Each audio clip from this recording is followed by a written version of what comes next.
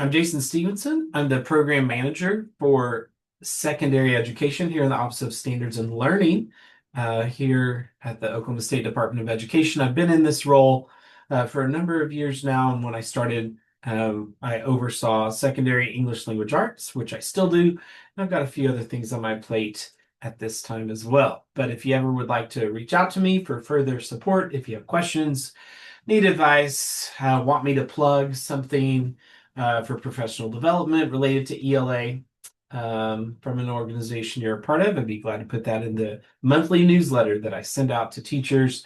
My August newsletter is almost ready to go, so it'll go out on Friday or Monday. But feel free to reach out to me through email or through a phone call.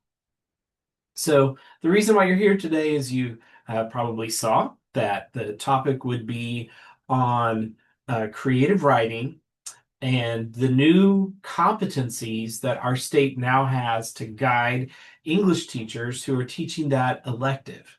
And so we're going to break those down today, look at all of those, and also consider how to structure a creative writing class if we've never taught one before, what it could look like if we only taught it for a semester, as well as for a full year. This may also give you some information if you have not taught this elective before, but you'd like to next school year. This could perhaps provide the guidance that you need. So that's what we're doing today. Our learning goals are to identify the 4 strands of the creative writing competencies. And then I'd like you to be able to walk away from our time together with a plan on how you would structure a creative writing course that you yourself are teaching. So just a quick response through emojis or hand raising, whatever tool you're comfortable using here on Zoom. I'd like to know who here is a high school English teacher. Can you respond digitally, or if you have your camera on, you could just physically raise your hand. But where are my high school teachers at? It looks like most, if not all of us. Okay. And then hands down, if you can, I might be able to lower them for you. Um, and then is anyone here a middle school teacher at all? I know one is, at least one. Okay, Elaine, Holly. And then who here already teaches creative writing? Who already teaches a creative writing class? Kelly's got her hand raised. Anyone else already teach it? Okay, so we got some newbies here on the call. Who here is teaching it for the first time this coming school year? Is anyone in that boat? Oh, yes, Elaine is for the first time. And then maybe the rest of us are just kind of gathering information today in hopes of teaching it in the future. So that kind of helps me to know where we're all coming from today. In the chat, I'm going to put this link really quickly. There will be 2 forms that you fill out for me today, if you don't mind. I have to pull up the chat box though. This first one is just an attendance chart. It lets me know you're here. It lets our office have data to know which districts we are reaching, and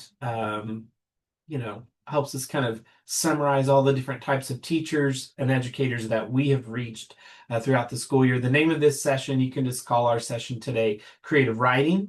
The subject area is English Language Arts, so we can abbreviate that to ELA.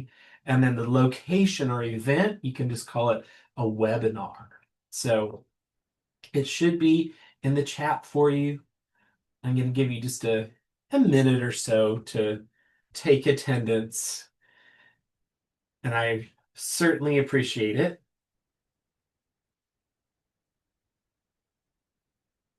And that's super interesting from Holly there in the chat, saying that she's hoping to have a creative writing elective soon, but for now is going to start a writing club this year and then use that to launch, use these resources, these creative writing competencies to launch that club. So that's excellent.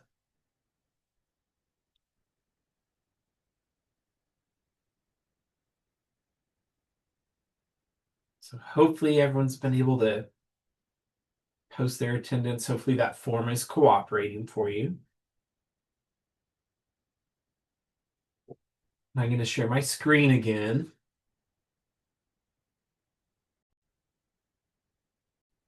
And just give you a little bit of context for how many students this past school year were enrolled in creative writing across the great state of Oklahoma.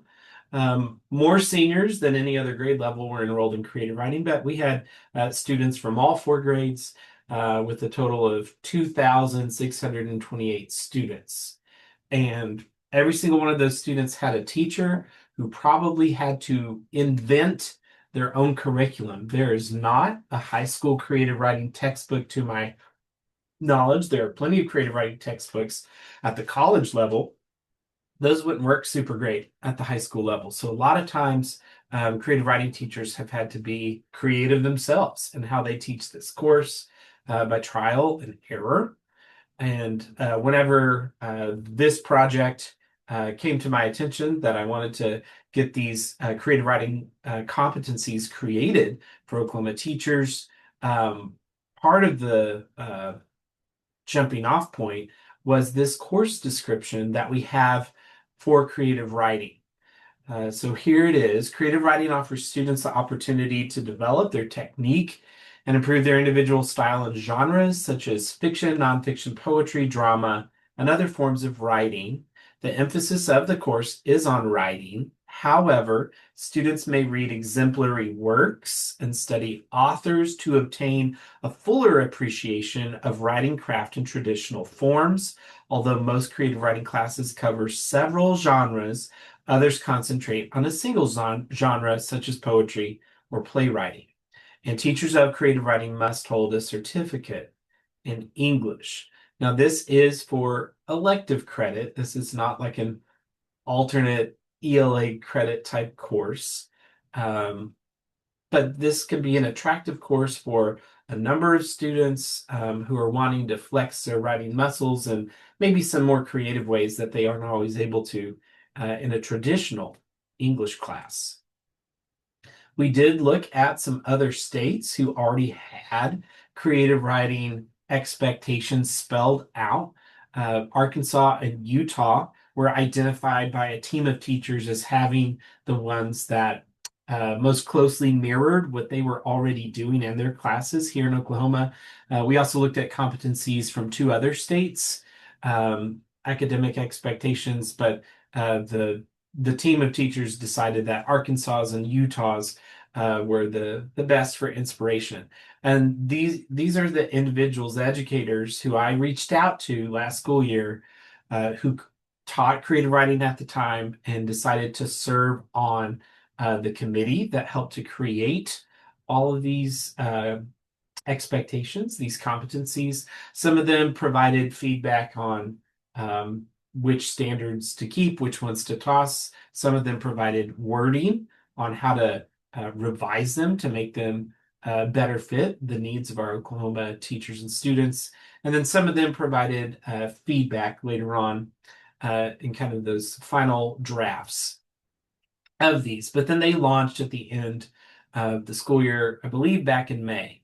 And so what we have for our creative writing competencies now are these four strands. We're going to look at each strand at a time, and then we'll debrief after each strand. But overall, we've got number one, writing process. Students will use a recursive writing process to produce various types of prose, poetry, and/or scripts.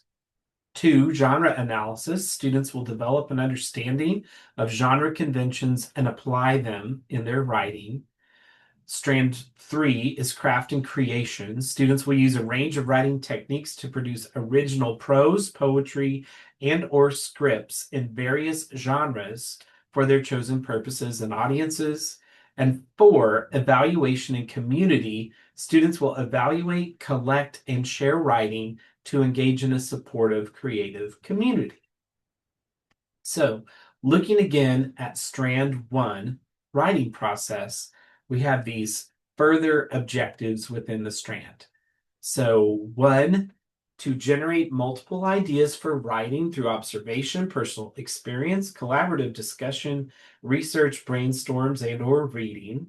2, use various techniques for organizing ideas such as outlines, storyboards, timelines, mind maps, and plot maps. 3, refine ideas to emphasize the most significant and or relevant elements for a piece, considering genre, purpose, and audience.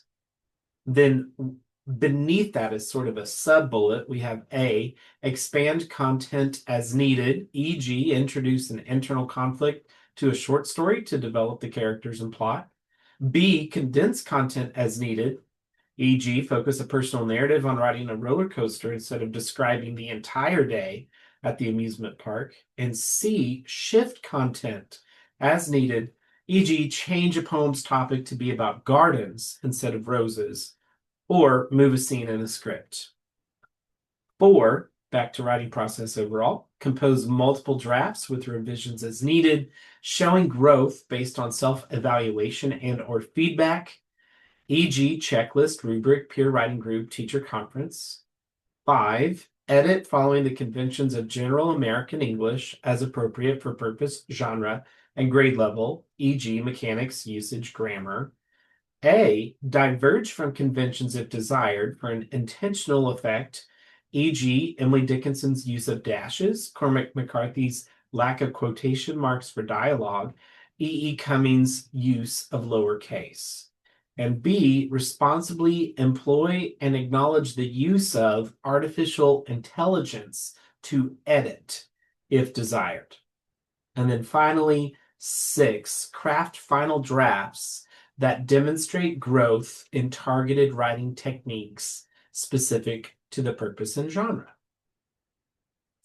So I know that was a lot, but there were probably some familiarities there with you because engaging in writing process is something our students do every day. It's part of standard 2 in the ELA standards as well, but it might be feeling a little bit different because it's got a more creative writing twist to it. I also want to make sure you all know I'm going to get you the links to these standards. They're in a published format already. And I'll go ahead and put that in the chat now, just so you have access to that PDF. But what are your immediate thoughts, comments, questions about this first strand of the creative writing competencies? And let me put the document itself in the chat so you can pull it up if you'd like to. And then you can see everything from strand 1 all at once. In fact, maybe I'll share that as well. So this is in the chat. And there's most of the competencies from strand 1. Do y'all have any thoughts, comments, questions about these expectations from writing process and creative writing?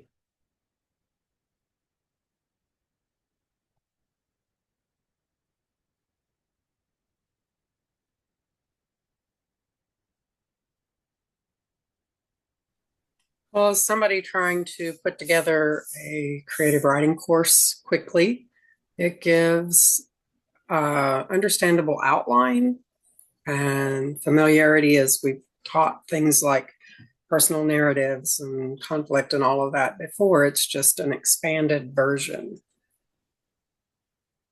Okay, great. All the examples, the EGs, the parentheticals here are, just that. They're examples. They're not something that a student would necessarily have to do as they're refining their ideas, as they're revising. But hopefully that gives some guidance. I think too, it helps teachers, language arts teachers, connect the dots for students across the curriculum for the regular ELA class. So students can see, what they're doing according to the standards in their regular class, and then know that they're meeting some of those same competencies through their creative writing. Almost as if they could get additional practice with those if they Right. feeling like they need that. Absolutely. Thanks, Shauna. And also in the chat, Lindsay's saying, I feel like having standards will give teacher support, not only in planning, but also in helping parents understand how creative writing can help their students. And I think that's an excellent point. We haven't had these before until now. Any other thoughts or takeaways from strand one? I did want to point out diverging from conventions is something we don't really do a lot in the regular ELA standards until about 11th or 12th grade. I think there's an acknowledgement there that sometimes students might break the rules for an intentional effect.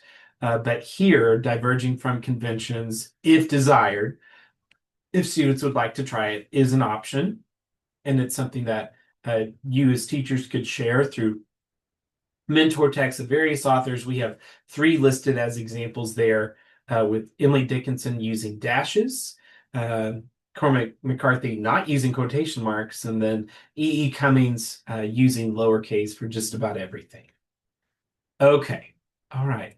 I'm ready to move us along if I can, and we'll get into strand two. And you all can still um, see my screen. Yes.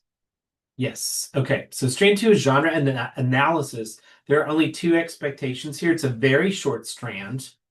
So one is to read and analyze mentor text from a range of genres, styles, and time periods by national and international authors with various perspectives for authorial choices, e.g., craft style, voice, theme conventions to inspire and enhance student writing.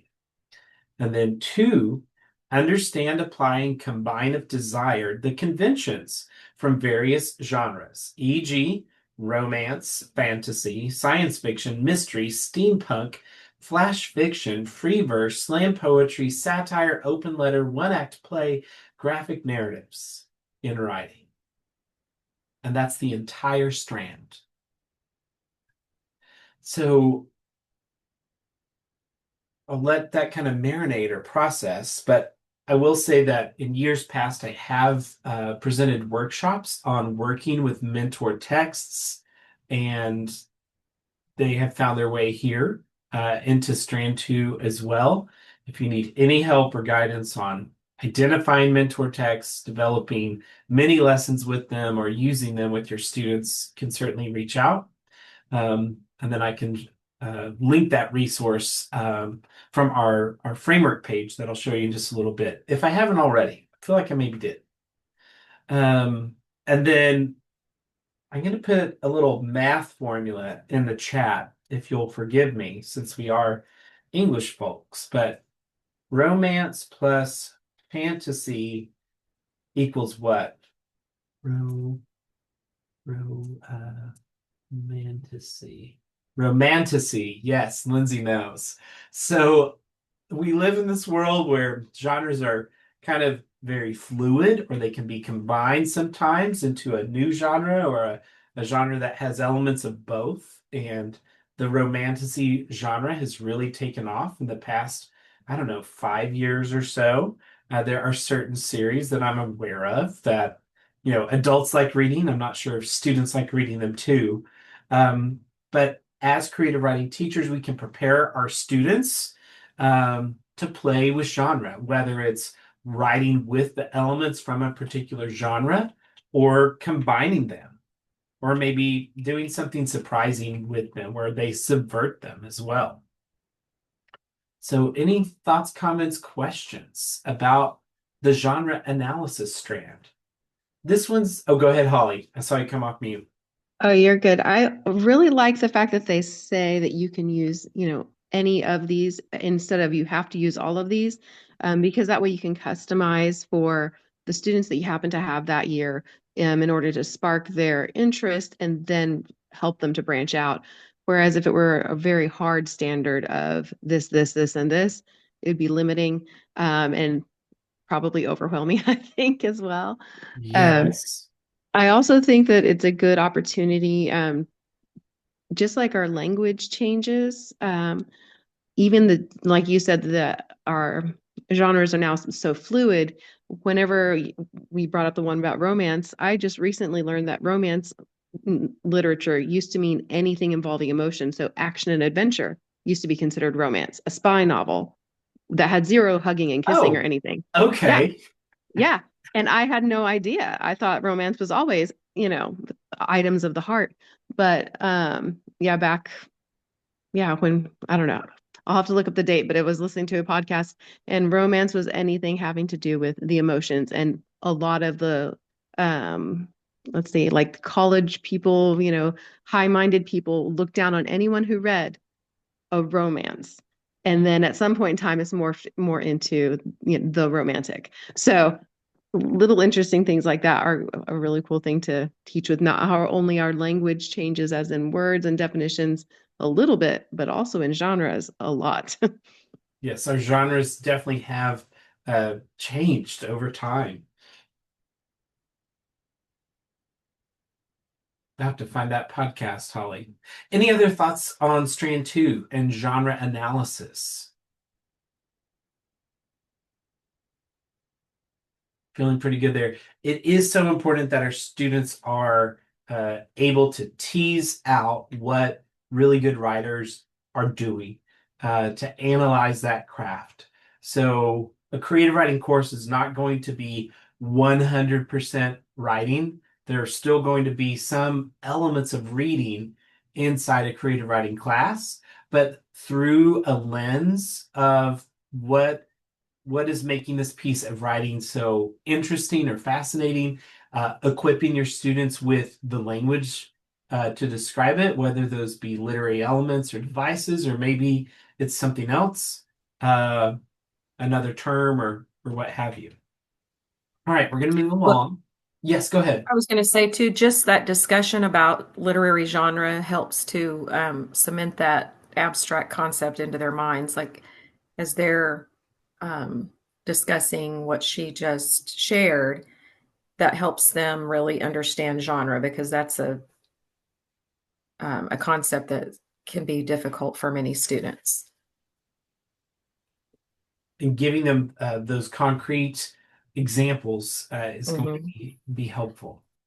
Okay, so strand 2 is the smallest strand. We're going to look at strand 3 now, craft and creation. So this is kind of the choose your own adventure portion as well, just like how Holly was mentioning, those list of genres were not all required. It was just, see which ones you like. And so you're going to see here in this strand, there are also some options for teachers. So hopefully it doesn't feel too overwhelming. So number 1, apply literary devices, narrative techniques, and various stylistic devices, e.g., vivid word choice, concrete and descriptive language, sensory details, tone, voice, limited use of a language other than English in writing. 2, produce writing for a chosen audience and purpose from genres such as A, fiction that weaves together narration, description, and dialogue, features characters with personalities, histories, and motivations. Oh, I thought I had shared my screen. Thank you. Share. There we go. We're at the bottom there. Features characters with personalities, histories, and motivations, incorporates conflict into a well-paced plot, and demonstrates characteristics from a particular genre, e.g., young adult, fantasy, science fiction, mystery, magical realism, historical, and interactive. B, creative nonfiction with a clear message, insight, voice, pacing, and when appropriate, character development, dialogue, and research from a particular genre, e.g., personal narrative, hermit crab, essay, satire, open letter, podcast. C, poetry with attention to sound elements, e.g., alliteration, assonance, consonants, rhyme, figurative language, sensory details, line and stanza breaks, and purposeful word choice and syntax positioned in a particular form, e.g., free verse, ode, pantoum, sonnet, haiku, shijo, villanelle, sestina, elegy, blackout, and concrete. D, Scripts with developed characters, authentic dialogue, e.g., advances plot, sounds natural, and logical plot outcomes structured in an industry standard format for screen or stage, e.g., scene headings, action lines, parentheticals, transitions, and shots. 3, follow ethical writing practices in the creation of original works by avoiding plagiarism and bias, respecting privacy, handling sensitive topics with care, and when applicable, citing sources. So we can do some reflection here if we want, or we can do more of just kind of open discussion like we've been doing. But have you taught any of these competencies before from Strand 3? Are there any that are new to you? Do you have any questions or aha moments? So I'll stop sharing the screen again, and I might pull up that section on the screen, or maybe we can just chit chat. Any thoughts, comments, questions on this one? So I hope it was clear that a teacher would not necessarily have to teach all 4 of the genres listed beneath expectation number 2. So the fiction, creative nonfiction, poetry, and scripts, you could try to do all 4. But if you wanted to just do 3 of the 4 throughout the year, you could. And especially if you're limited to teaching creative writing only in a semester instead of a full year, I think it would be extremely difficult to teach all 4 of those genres in only a semester. So you might limit yourself to just 2 of them. But any takeaways, thoughts, aha moments here within the craft and creation strand?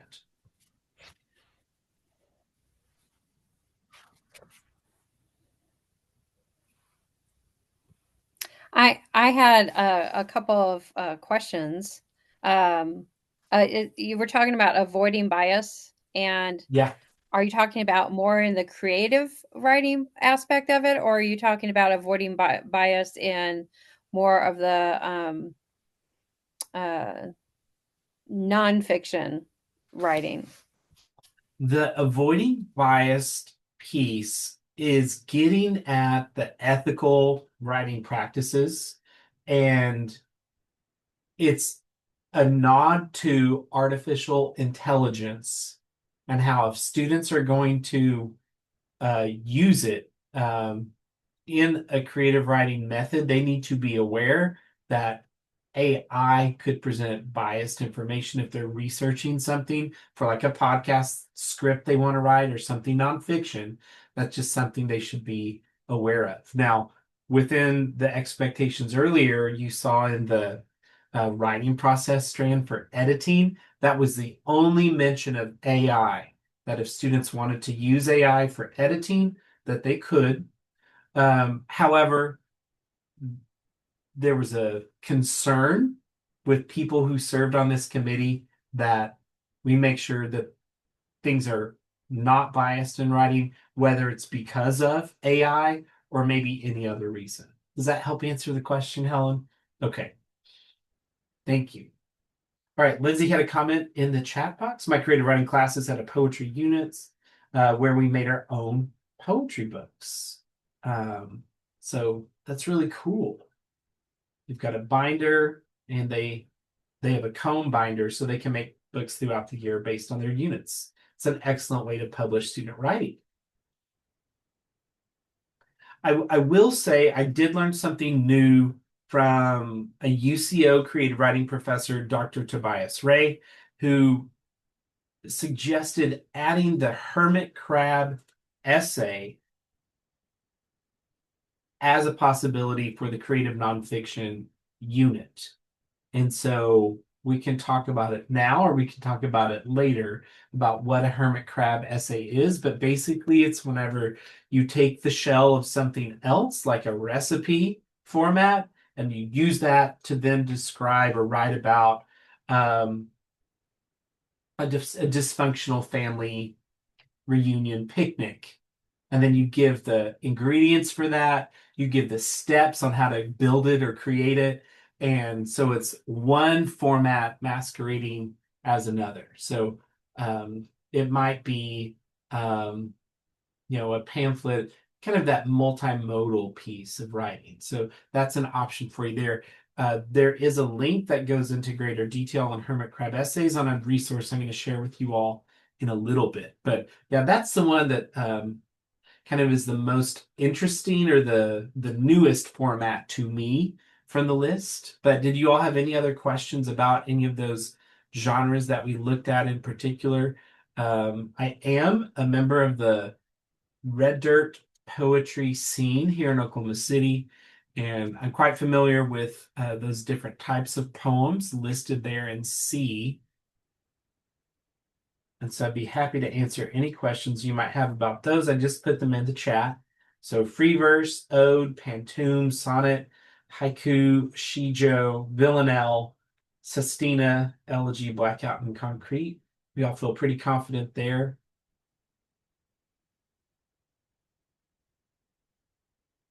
Oh, I really like what Shancy had to say there in the chat. They begin their year with creative nonfiction because it's about self-reflection and expression. Students seem to be less intimidated by it. They always say how therapeutic it is for them. And I'm so glad that students feel comfortable and safe in your class to write about their own lives. And that can be scary for some students sometimes if they come from maybe a tough family situation. So it might be important to create space in all our classes for students to do nonfiction writing about other topics if they'd rather not write about themselves. Just kind of have that on the back burner as an option if need be.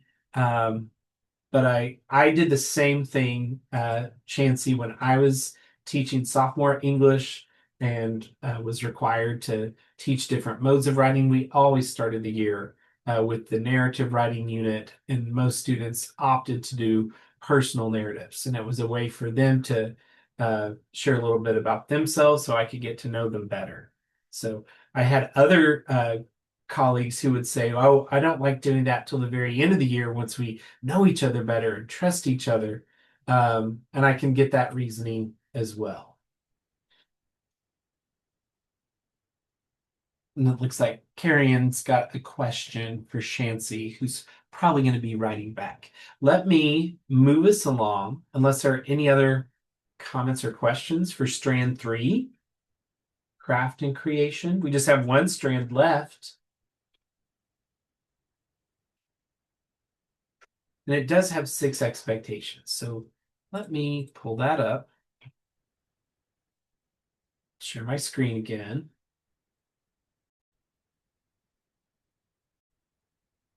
All right, strand 4 is evaluation and community.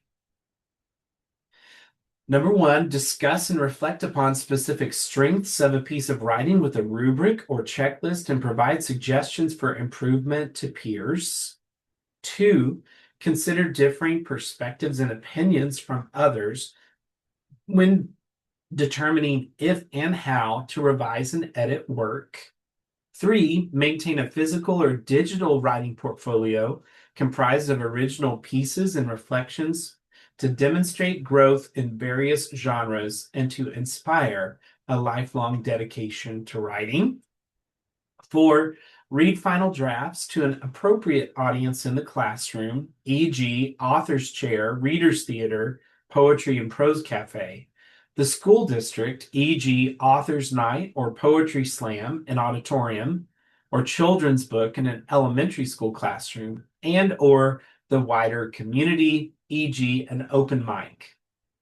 5, explore various publishing methods, e.g., blogs, websites, writing contests, online journals, school newspapers, literary magazines, school class anthology, self-publishing, and if desired, adhere to submission criteria to seek publication.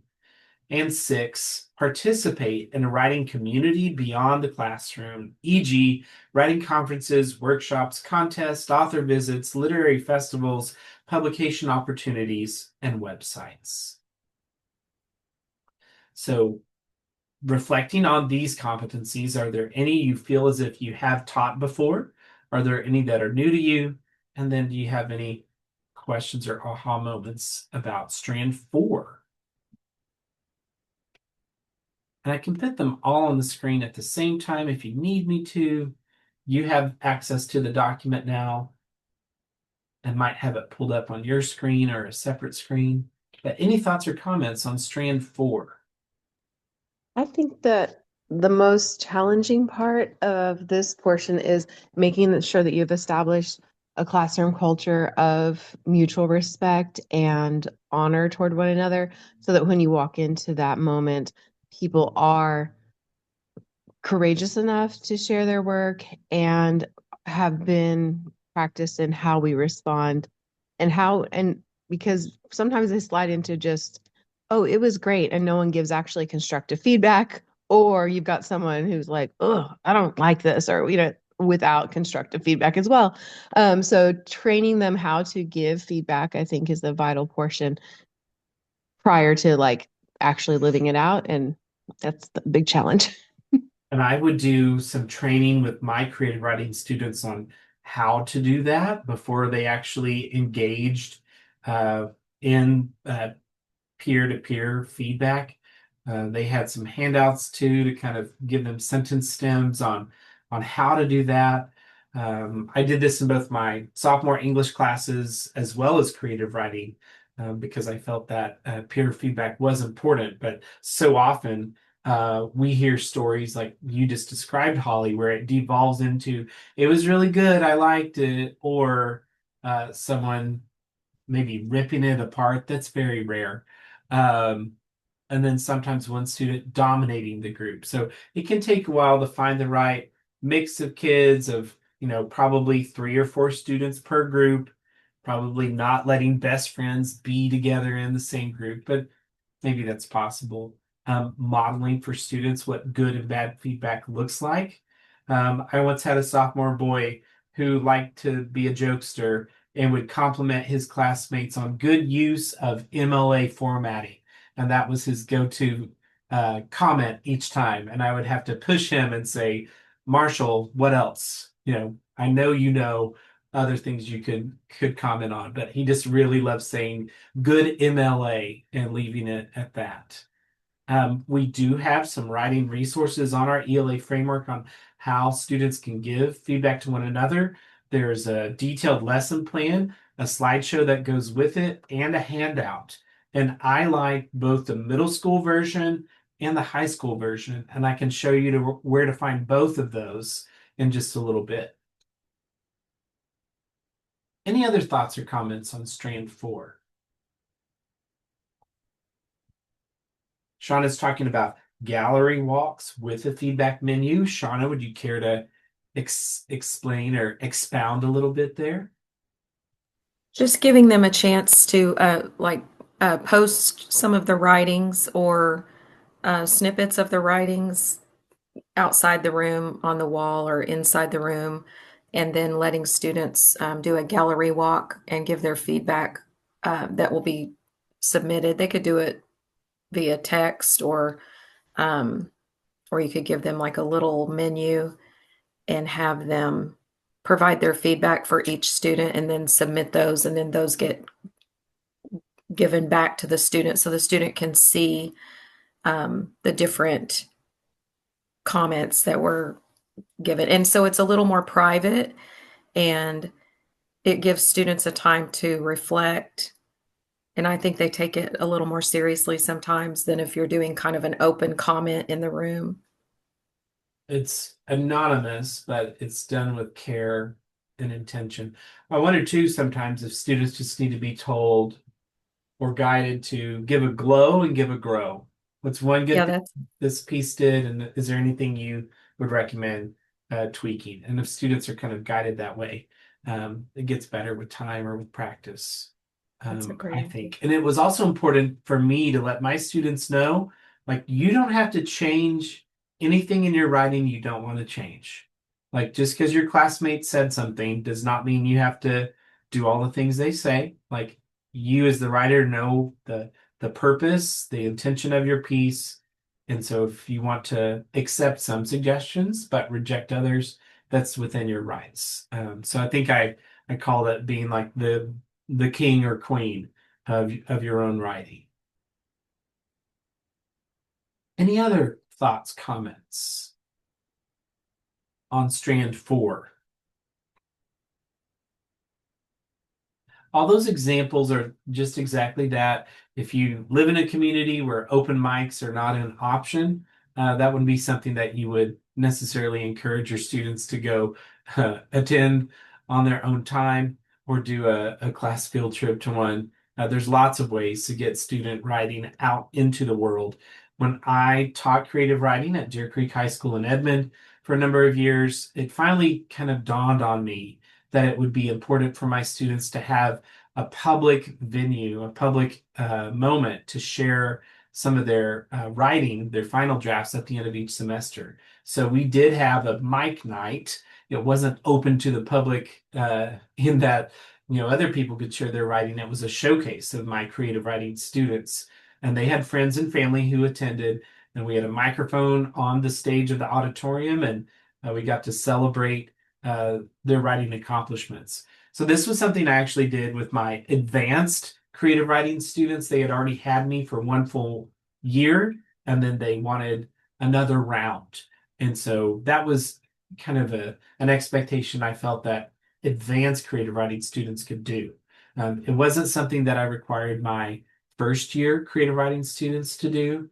And were I to be back in the classroom now, I'd have to think about it if I wanted that to be something, even a first year freshman in creative writing. Do they need an opportunity to share their writing publicly at the end of the year, just like there's choir concerts at the end of the year, band concerts, and athletes have games where they're showing off their skills. That was my rationale to my students, that we needed some sort of public way to share their writing as well. Okie doke. Let me share my screen again. Before I do, it looks like we have one more comment from Shancy. My students submit a couple of writing contests throughout the year, and then the Oklahoma Council of Teachers of English does publish winning submissions in an anthology. So yeah, there are lots of writing contests that are out there, and I've recently updated a page on the ELA framework. I'll put it in the chat right now. These are the current writing contests I'm aware of. They're now organized into state writing contests, national writing contests, and a few of them are open worldwide. They're international. So your students may find any of those appealing. So it's always good to make them aware of them. All right, I'm going to share my screen. So let's talk about how to structure a creative writing course. I've kind of mentioned this already, that if I were to teach creative writing in only a semester, then I would probably only focus on 2 of the 4 genres, maybe doing fiction the first quarter, and then poetry or creative writing or creative nonfiction the second quarter. But if I had a full year, I would probably dabble in all 4 genres. You could put them in whatever order you think makes the most sense for you. We heard earlier from Shancy that creative nonfiction was a good fit in their class for that first 9 weeks. So you could move things around. I always did script writing last because it was the least familiar to my students and the most challenging, and it felt like a good thing to put toward the end of the year instead of the beginning. Also, a lot of those writing contests are asking for fiction and poetry, and some ask for nonfiction as well. But they have deadlines that are in like December or early January. So if you put poetry until the end of the school year and students want to submit poetry to contests, they haven't had a chance to learn from you in a poetry unit. So that's why I tended to put fiction and poetry in the first semester. And then as far as where all of these competencies could fit within a 9-week genre cycle, because the way I would structure my 4 9 weeks throughout the year in creative writing,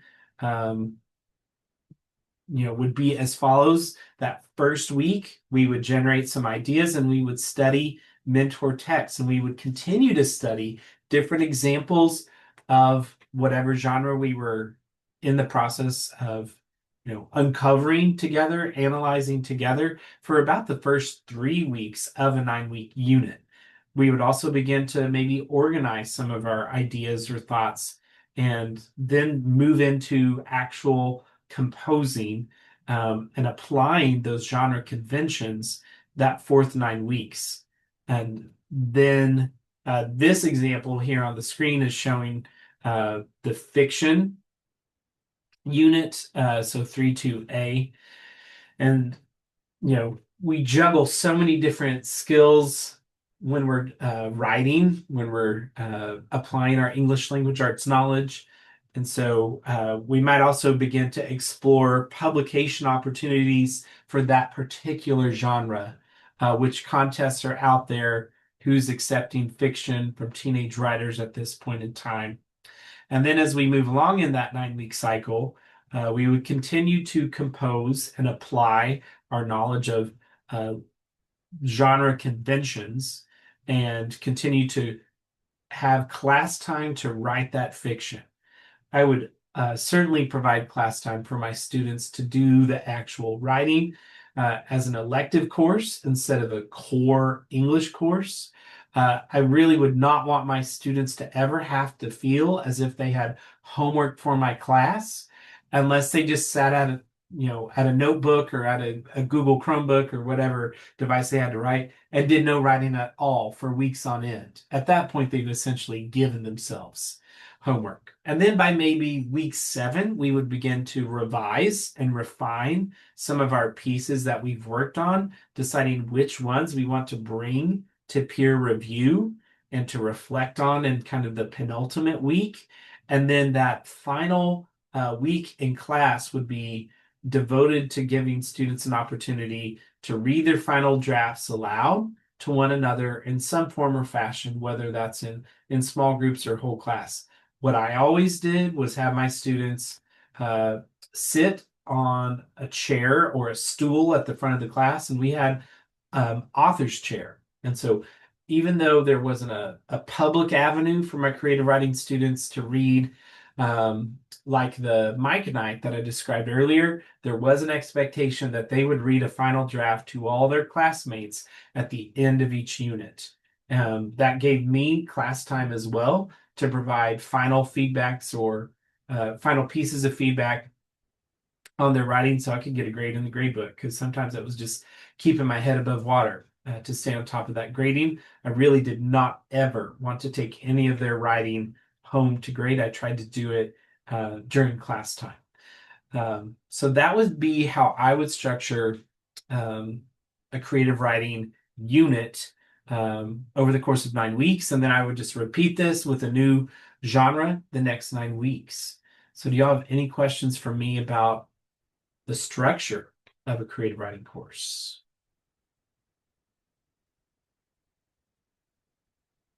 Any thoughts, comments? Okay, well, I want to let you know that there is a framework support page that has links to various articles, websites, even some videos within these competencies. It's on the ELA framework homepage, and it's got its own little section. And I want to give us a little bit of time, since we've got 10 minutes left, to explore it. So are you still seeing my screen or no? I think I stopped sharing. That'd be why. Okay. So this is the homepage of the ELA framework. It's fantastic. It's got resources for teaching all your ELA courses. But then now we've got an additional page for creative writing. Here in this middle section at the bottom, you'll see there's something that says Creative Writing Overview and a little notebook and a pencil. So if you click on that, what you'll see is everything that we just talked about. It's all of the strands and all of the objectives within those strands. And anything that's got the blue underline links to a resource that provides further information about that particular topic. So we had talked earlier about the feedback for peer writing groups, and there's another place where we can find that. I'll show you where to find that, and I probably need to find a way to link it on that page as well. But if we just go to writing resources over here on the right, pick our grade band, we'll pick 9th. Here in the bottom right corner, peer feedback lesson, we've got the lesson plan all spelled out on what that would look like, the slideshow for peer review and feedback, and then a handout that students could use to give feedback to one another. I also like the middle school one. There's a different one for each grade band, so you can do that as well. But let me give you a little time to explore the Creative Writing Overview page. It's there in the chat for you. And see if you have any thoughts, comments, questions about that.